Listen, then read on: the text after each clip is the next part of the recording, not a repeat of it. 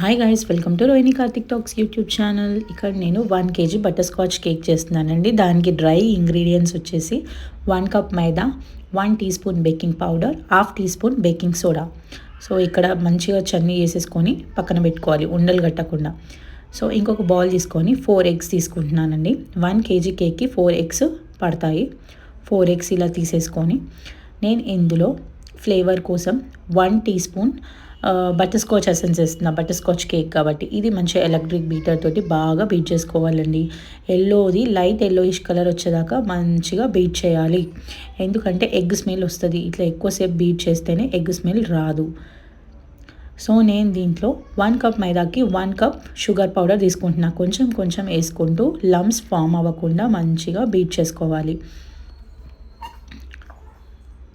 So ఇందులోనే నేను ఇది ఎక్కువ బీట్ చేయాలండి. కంపల్సరీ ఎగ్ స్మెల్ రావద్దు అంటే మనం కంపల్సరీ బీట్ చేసుకోవాల్సిందే. ఇక్కడ 1/4 కప్ నేను ఆయిల్ తీసుకుంటున్నాను. ఫ్లేవర్లెస్ ఆయిల్, ఏ స్మెల్ ఉండద్దు ఆ ఆయిల్ తీసుకోవాలి. ఇంకా 1/4 కప్ రూమ్ టెంపరేచర్ మిల్క్, కాచిన పాలు రూమ్ టెంపరేచర్లో ఉన్న 1/4 కప్ పాలను తీసుకున్నానండి. మంచిగా బీట్ చేసుకొని డ్రై ఇంగ్రీడియంట్స్ ఏవైతే మనం ముందు కలుపుకున్నామో అవి కూడా వేసుకొని లమ్స్ ఉండలు ఎక్కడ కూడా కట్టకుండా మంచిగా కట్ అండ్ ఫోల్డ్ మెథడ్లో చేసుకోవాలి. స్పాచులా తోటి నేను 1 డైరెక్షన్లోనే బీటర్ తోటి కలుపుకున్నాను.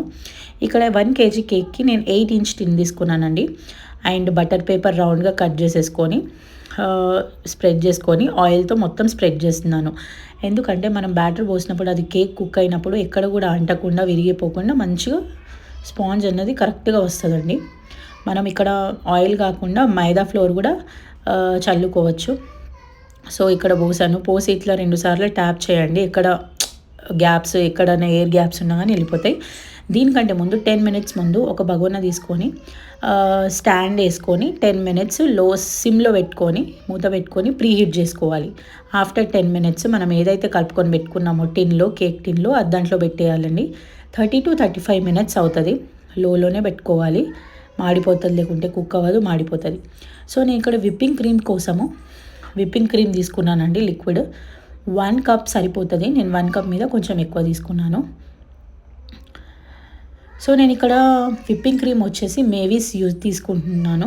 మీరు ట్రోపలైట్ ఏదైనా తీసుకోవచ్చండి. నేను ట్రోపలైట్ కూడా వాడాను. ట్రోపలైట్ కంటే మేవీస్ మంచిగా టెక్స్చర్ వచ్చింది, కొంచెం మంచి స్మెల్ వచ్చింది అని అనిపించింది నాకు వాడినాక. సో ఇక్కడ సోకింగ్కి నేను ఒక కటోరల నీళ్ళు, నార్మల్ రూమ్ టెంపరేచర్ నీళ్ళు తీసుకొని ఒక 2 teaspoons షుగర్ పౌడర్ తీసుకొని కొంచెం బటర్ స్కాచ్ ఎసెన్స్ కలుపుకొని పక్కన పెట్టుకున్నాను. సో ఇక్కడ నేను విప్పింగ్